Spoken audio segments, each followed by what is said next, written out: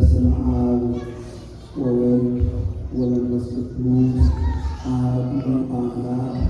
የተከበሩ አባታችን መላከ ብርሃን ቅዱስ ማርቆስ፣ የተከበሩ አባታችን ተቀበል ቤተሰቦች፣ አባቶች፣ ካህናት፣ ወንድሞች፣ ዲያቆናት፣ በዚህ ታደማችሁ ወንዶች ልጆችን በእግዚአብሔር ሰላምታ እንደምን ሰነበታችሁ?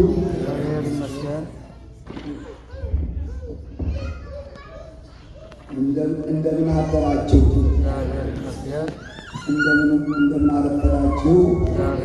በባህሪው ሕልፈት በመንግሥቱ ሽረት የሌለበት ልዑል አምላካችን ዛሬም ዘወትርም የተመሰገነ ይሁን። እንኳን ለብርሃነ መስቀሉ በሰላም አደረሳችሁ። አሜን። እንኳን አብሮ አደረሰን። ቅድም አባታችን ለዛሬ ትምህርት ርዕስ አድርገው የነበረውን መነሻ አድርገው ሲናገሩ ሰምቻለሁ። በቅዳሴው ትላንትም ከትላንት ወዲያም ሲዘመር ሰምታችሁታል። የዳዊት መዝሙር 59 ከቁጥር 4 ላይ ያለው ወወሀብኮሙ ትእምርተ ለእለ ይፈርሁከ ከመ ያንስቱ እምገጸ ቅስት፣ ለሚፈሩ ከጦር ያመልጡ ዘንድ ምልክትን ሰጣቸው። ትእምርት ማለት ምልክት ነው። አመላከተ። ትእምርት ማለት ምልክት ማለት ነው። በዚህ መነሻነት እሳቸው ቅድም ሲናገሩ ነበረ። ከዚያ የተረፈውን ደግሞ እኔ እናገራለሁ። እግዚአብሔር ምስጢርን የሚገልጽ እግዚአብሔር አምላክ ለእኔ ምስጢሩን ለእናንተ ማስተዋሉን ያድልልን።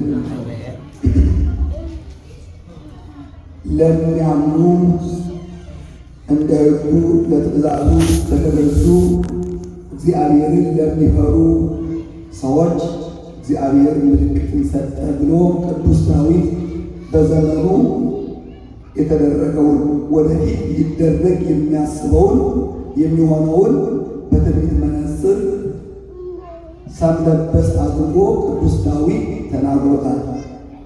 መጀመሪያ አባቶቹ እስራኤላውያን አብርሃም፣ ይስሐቅ፣ ያዕቆብ ያለፉበትን ዘመን የእስራኤላውያንን ዘመን ያጠይቃል።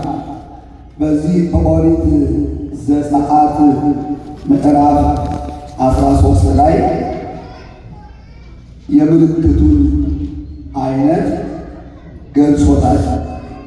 ለሙሴና ለአሮን እንዲህ የሚል ቃል ተናግሯቸዋል። እግዚአብሔርም በግብፅ አገር ሙሴና አሮንን እንዲህ ብሎ ተናገራቸው። የፍየልና ወይም የበግ ደም በቤቱ ጉበን ላይ ቀቡ፣ እነሆ መልአከ ሞት ታዟል። መልአከ ሞት ይህንን በቤቱ የረጫችሁትን እያለፈ በግብፅ አገር ስለነበሩ በስደት የነበሩትን ሐዘናቸውን መከራቸውን ስለተመለከተ ግፋቸውን ስለተመለከተ እግዚአብሔር አምላክ ብዙ ድንቅ ተአምራትን እያደረገ ፈርዖን ልቡ ስለደነደነ የመጨረሻ ምልክት ሰጥቷቸዋል። እነሆ የታዘዘ መልአክ እየቀሰፈ ከአሮን በንግሥና ካለ ከፈርዖን ጀምሮ እስከ ፈርቺታ ድረስ እስከ ዝቅ ያለ መናኛ ስራ እስከሚሰሩ ድረስ እነሆ የበግ ልጆቻቸውን የሚቀስፍ መልአክ ታዟል። ለእስራኤል ይህንን ያዘዛቸው የፍየል ወይም የበጉን ጠቦት አርዳችሁ ከደሙ በጉበኑና በመቃኑ ላይ ምልክት አድርጉ ብሎ ሰጣቸው። ይሄ ከቀሳፊ መልአክ ለመዳን ነው፣ ከሞት ለመዳን ነው። ምልክቱ ለሚፈሩ ሰዎች ምልክትን ሰጣቸው የተባለው አንድ ምልክት ይሄ ነው። ስለዚህ ዳዊት ይህን ታሪክ ያውቃል። እስራኤላውያን በባርነት በመሆኑ ጊዜ ይህ ምልክት ከሞተ አድኗቸዋል። ግብፃውያን ግን ከፈርዖን ጀምሮ እስከ ሎሌዎች ድረስ የወለዱትን የመጀመሪያ ልጅ እየቀሰፈ እንደጣላቸው ኦሪት ዘጸአት ምዕራፍ 12 በሙሉ ብታነቡ ለዚህ ለርዕሱ የሚስማማ ታሪክ ታገኛላችሁ ማለት ነው። እንግዲህ ይህንን ከእስራኤላውያን ምልክት ከወሰድን ይህ ምሳሌ ነው።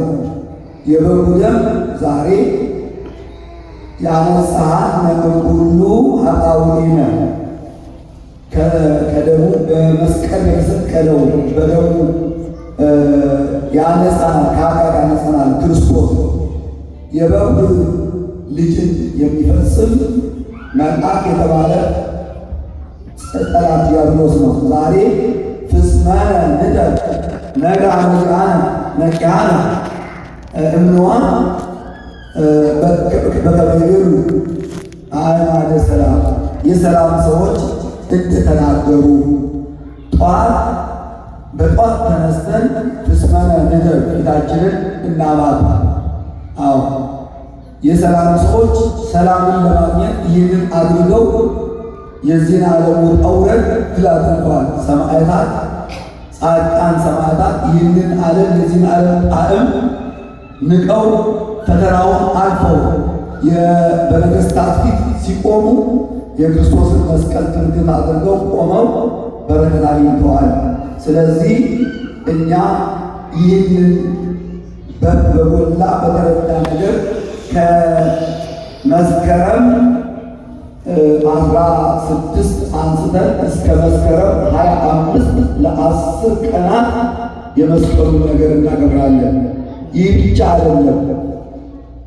በየሳምንቱ ረቡዕ የጌታ ምክረ ሞት የተፈጸመበት ስለሆነ በየሳምንቱ ዓርብ የጌታችን ኢየሱስ ክርስቶስ የሰጠን ትልቅ ውለታ በማስታወስ መከራ ሞቱን በማሰብ መስቀልን እናስባለን።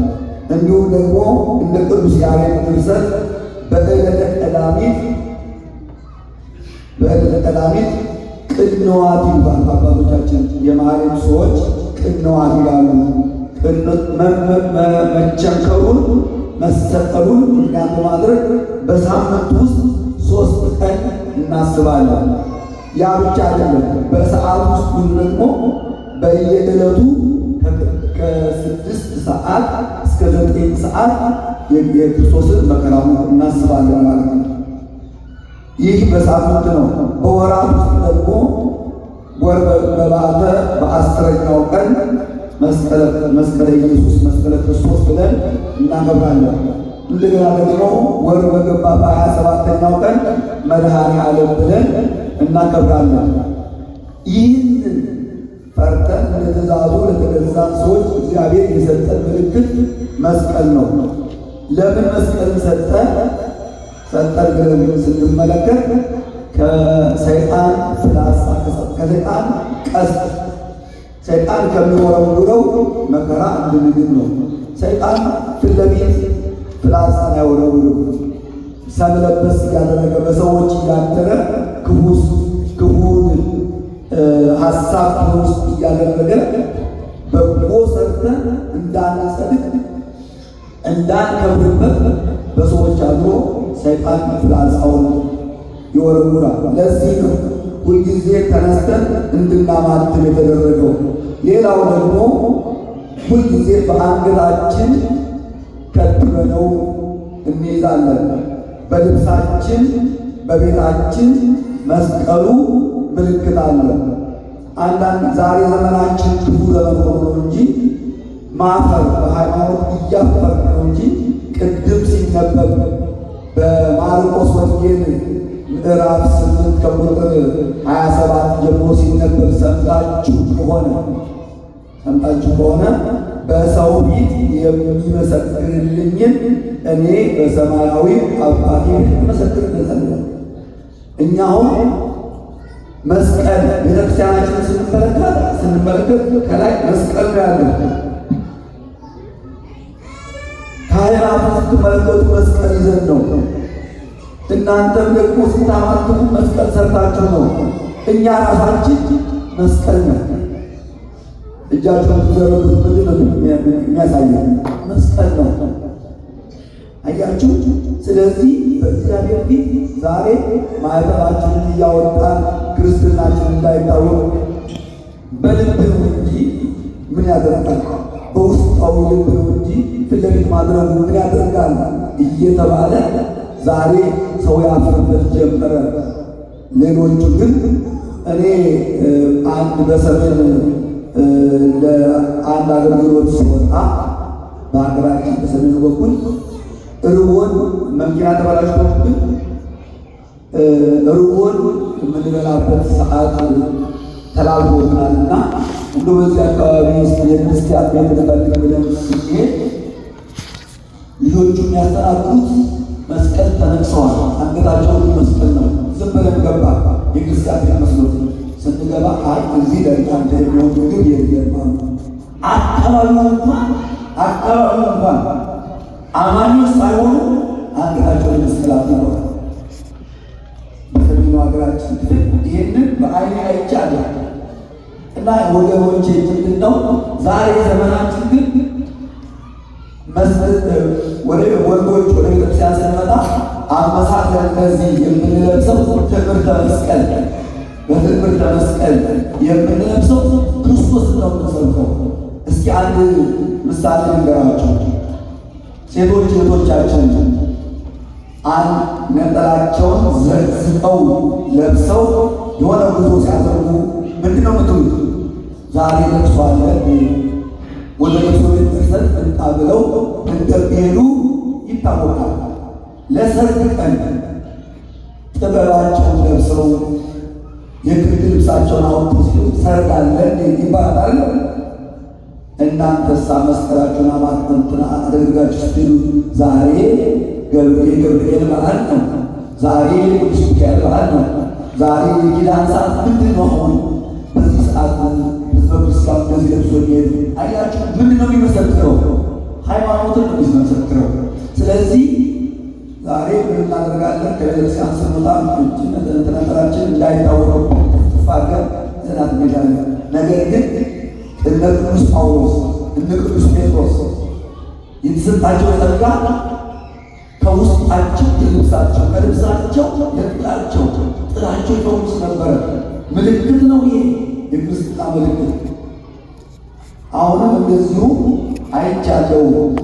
ባስ አውቶቡስ ሰዎች ሲጠብቁ ባስ ስቴሽኑ ላይ ከቅዱስ ገብርኤል ከግቢ ገብርኤል መውጫው ላይ ባስ ስቴሽን አለ። በዛ ባስ ስቴሽን ላይ ትምህርት ቤት ለመሄድ የማራ ትምህርት እማራለሁ ወደዛ ለመሄድ ተሰልፈኛለ። ልጅቷ ብላጮች ከዛ በኋላ ነዎች ይሄ ነው ሸተተኝ ይላል። ያስቀደስበትን ልብሱን ዕጣን እያለ አጣፍ ደግሞ እንደዚህ ለብሶ ደግሞ ፊት ለፊት ይቆማል ብላ አጋንንት ሲመሰክር ይቻላል። ዛሬ ይህንን እንዳላዋቂ ወይም ደግሞ እያፈርንበት ነው። ዛሬ ማዕተባችን ሌሎቹ ሰማዕታት የተከፈሉበት የክብራትን ሲከላቱበት እንደው በሰማያዊ ክብር እንደምናገኝበት እየዘነጋ አሁን ዓለማዊ እንመስላለን። እንዲህ የሚል ቃል በወንጌል ተጽፎ እናገኛለን። ብርሃን መጻ ውስተ ዓለም ወአብደረ ሰብእ እምጽልመት እምብርሃን ጽልመተ ከብርሃን ይልቅ ጨለማን ወደደ ይላል። ብርሃን ነው። እንኳን ለብርሃነ መስቀሉ አደረሳችሁ አለ የሚባለው ያ የብርሃን ልብሳችን ያ የብርሃን ምልክታችን ከዲያብሎስ እንድንበታለን። በቁሙ ከዲያብሎስ ከሚጓድ እንደገና ደግሞ በሰዎች አድሮ ከሚፈታተነን ፈተና እንድንበታለን። ቀናችን ብሩህ እንዲሆን በመስቀል ምልክት እናማትባለን። ተዘከሩ ለአምላክከ በኩሉ ልብነ ልባችንም አንደበታችንም የክርስቶስን በጎ ዋጋ መመስከር ትልቅ ዋጋ አለው። ለዚህ ነው ከመከራ እንድንድን ከመከራ ይድኑ ዘንድ ምልክትን ሰጥሃቸው የሚለው። አባቶቻችን በቤተክርስቲያን ሲያስተምሩ በዚህ በቅዳሴ ሐዋርያት ላይ በሰፊው ተጽፏል። በትንቢተ ኢሳይያስ ምዕራፍ 6 ላይ ደግሞ በብሉ ተጽፎ ይገኛል። በሀበ ሞተ የዖዝያን ንጉሥ ርኢኩ መንበረ ዖዝያን በሞተ ዘመን በዚያን ጊዜ ቅዱስ ኢሳይያስ ነው በትንቢት ሲናገር እነሆ ትልቁን በመንበር ተቀምጦ በዚያ መላእክት በሁለት ክንፋቸው ፊታቸውን እየሸፈኑ በሁለት ክንፋቸው እግራቸውን እየሸፈኑ በሁለት ክንፋቸው እየበረሩ በፊቱ አንዱን ከአንዱ ጋር በመተባበር ቅዱስ ቅዱስ ቅዱስ እያሉ ያመሰግኑ ነበር ይላል። ይህ ምንድን ነው? በቅኔ ክነድሆሙ ይሰርጉ ያለው ያ የክንፋቸው ምልክት የመስቀል ምልክት ነው። በፍጥረተ መላእክት ቅዱስ ሚካኤልና የቀሩት መላእክት የእግዚአብሔርን አሐዜ መንጦላዕት ቅርበ እግዚአብሔር የነበረ ዲያብሎስን ተዋግተው አሸንፈውታል። ይህንን በራእየ ዮሐንስ በሰፊው ተጽፎ እናገኘዋለን። ስለዚህ የመላእክት ክንፋቸው ምልክት ነው ማለት ነው። ከምን ያመጡ ዘንድ እነሱ እኛን ለማዳን ነው የሚላኩት። የመላእክት እኛን ለማዳን ነው። በእነሱ ብርቱ ሰልፍ ነበረ፣ እነሱን የሚዋጋቸው ነበረ። ነገር ግን በክንፋቸው በሁለት ክንፋቸው እየበረሩ ያን ጠላት ድል አድርገውታል። ያ የመስቀል ምልክት ነው ይላሉ አባቶቻችን በቤተክርስቲያን በምስጢር ሲያስተምሩ። ሌላው ደግሞ እስራኤላውያን በግብፅ በአማሌቃውያን ወይም በፍልስጤማውያን ጦርነት በበረታባቸው ጊዜ ሙሴ እጁን ይዘረጋ ነበረ። እጁን ሲዘረጋ ድል ለእስራኤላውያን ይሆናል። ደግሞ እጁን ሲያጥፍ እስራኤላውያን ድል ይደረጋሉ። ስለዚህ በጎንና በጎን ሆነው አሮንና ሆር እጁን ከፍ አድርገው ይደግፉለት ነበር። እጁን ክቡደ መሥዋዕት ነው ሙሴ እጁን ይደግፉለት ነበረ። እጁን ሲዘረጋ እንግዲህ ቀኝ እጁን ግራ እጁን ሲዘረጋ ያንን እየደገፉ ድል እንዲያደርጉ ያደርጉ ነበረ። ሌላው ደግሞ ጌታችን መድኃኒታችን እግዚአብሔር አምላካችን ሙሴን በዘመኑ ክፉ ደዌ ተነስቶ ነዘርባብ እየተነሳ ሕዝቡን ሲፈጽማቸው የነሐስ በእባብ ምልክት አድርገህ ያንን ፊት ለፊታቸው ስቀልላቸው። ይህንን አይተው ከደዌያቸው ይፈወሳሉ። ያልተነገፉት ያንን አይተው ከደዌ እንዳይነደፉ ይሆናሉ። የተነገፉት ደግሞ ይህን አይተው ይድናሉ ስለሚል ያ እስራኤል ትሬያ ለሕይወት ተሰቅላ ታያታለህ። ነቢይ አነስ ለክሙ በሙሴ የተነገረ ከኔ እንደኔ ያለ ከኔ በኋላ የሚነሳ ነቢይ አለ ብሎ የተናገረው ኢየሱስ ክርስቶስ በዚያ በነሐስ እባብ አምሳል በዕለተ ዓርብ ተሰቅሎ መድኃኒት ሆኖናል ማለት ነው። ስለዚህ ሁልጊዜ ቤተክርስቲያናችን ጉልላቷ ራሷ ክርስቶስ ነው። በደሙ እንደመሰረታት ያ ደሙ የፈሰሰበት መስቀል ነው። ያንን መስቀል ነው እንግዲህ እኛ በየዕለቱ በሰዓት ከ6 ሰዓት ጀምሮ እናስብበት። በገዳም ያሉ አባቶቻችን የሚፈተናቸው ስብሐ ለዕለቴ እሴባከ ስለ ጽድቅ ፍርድህ በቀን 7 ጊዜ አመሰግንሃለሁ ከሚለው ይሄ 7ቱ ጊዜያት የመስቀልን ምልክት የክርስቶስን ውለታ የሚታሰብበት ነው። ስለዚህ ከ6 ሰዓት እስከ 9 ሰዓት በየዕለቱ ያስቡታል ማለት ነው። በዚህ ድርሳነ ማኅየዊ በሚባል መጽሐፍ ላይ በየዕለቱ የሚደግመው የሚያገኘው ክብር በየሳምንቱ ዓርብ ድርሳነ ማኅየዊ የመስቀሉን ነገር ነው የሚናገረው። ያንን የሚያነብሰው ክብሩ ፈያታዊ ዜማንን እንደሚመስል ሐዋርያትን እንደሚመስል ክብር እንዳገኙት ሰዎች እንደሚመስል በየወሩ በ27 የሚለምን ወይም የሚጸልዩ ያንን ቃል ኪዳን ተጽፎ ይገኛል ማለት ነው። ስለዚህ የእኛ አምላካችን የሰጠን ምልክት ከሚታየው ጦር ብቻ አይደለም። እነ ቆስጠንጢኖስ በዚህ ትምህርተ መስቀል ትመውት መረከ ተብሎ በሰማይ በጸፍጸፍ ላይ በሕልሙ ነው የሚታየው። በጸፍጸፍ ላይ ታይቶ ያንን ሲያስተረጉም ትርጉሙ በዚህ መስቀል ጠላትን ድል ታደርጋለህ ነው ያለ ብሎ ያንን በፈረሶች በኮርቻው ላይ እያደረገ በልጓማቸው ላይ እያደረገ ብዙ ጠላቱን ድል አድርጓል ማለት ነው። ስለዚህ ከጠላት እናመልጥ ዘንድ ያ ምልክት የተሰጠን በዚህ ምሳሌ ነው። ስለዚህ ወገኖቼ የመስቀሉን በዓል ስናከብር የሚታየው ብቻ ሳይሆን ቅድም እንደተነበበልን ዘኢጾረ መስቀለ ሞቴ ኢይክል ይጸመደኒ የሞቱን መስቀል ተሸክሞ ያልተከተለኝ የኔ ሊባል አይችልም ይላል ጌታችን መድኃኒታችን ኢየሱስ ክርስቶስ። እስካሁን ስነግራቸው የነበረው ስለሚታየው መስቀል ነው። አሁን ደግሞ መስቀል መከራ ሆኖ እናገኘዋለን። መከራን የሚታገስ ሰው ክርስቶስን ነው የሚከተለው ማለት ነው።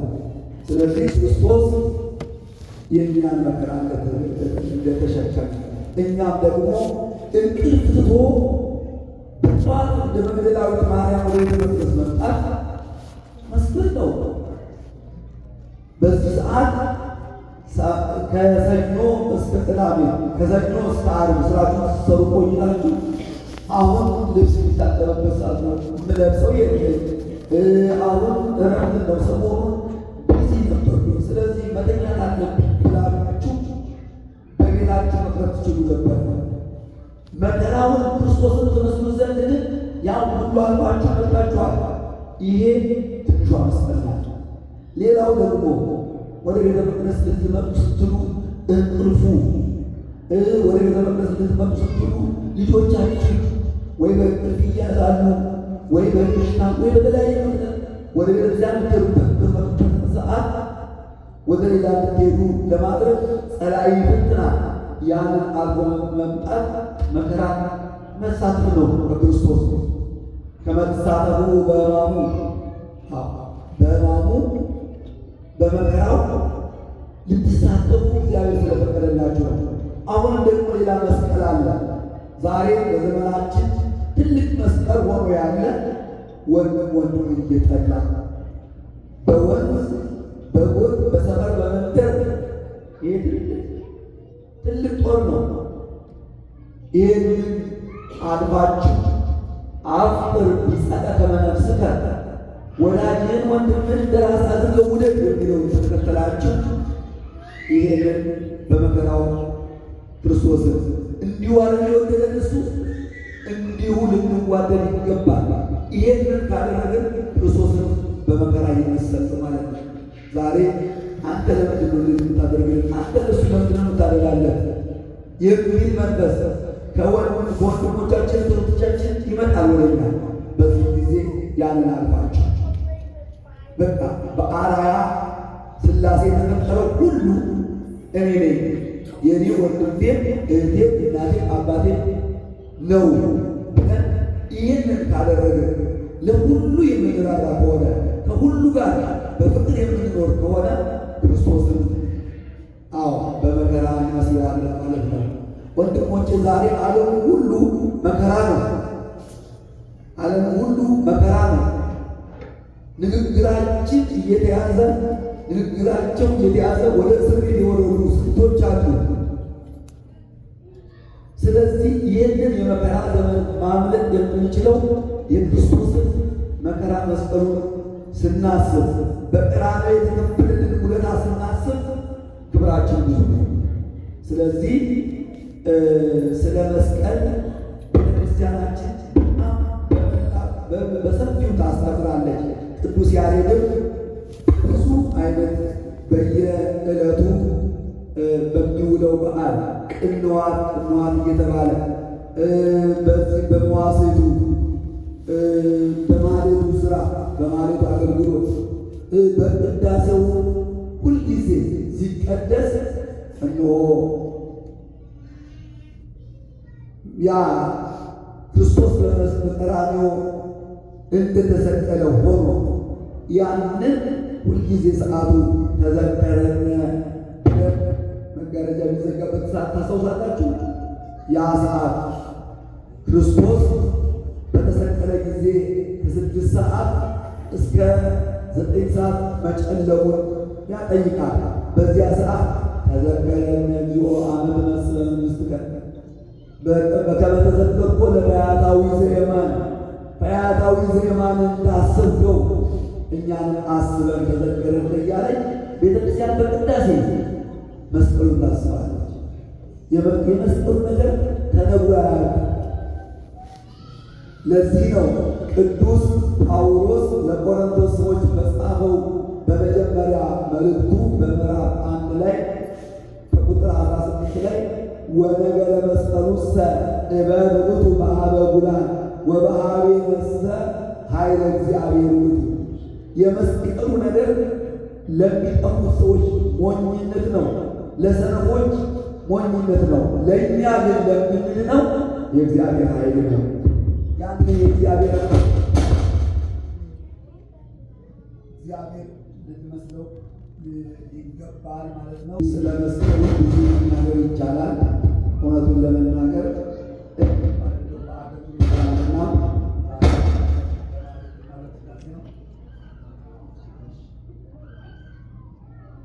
እሺ የመስቀሉ በረከት በሁላችን ላይ ይደርብን። ለጠቢብ እሰ አሐቲ ቃል ከበቆ ለጥበበኛ ሰው አንዲት ቃል ተበቃለች፣ እሷም ስደቁ ነው። ክርስቶስን በመስቀሉ በመከራ ውሰዱ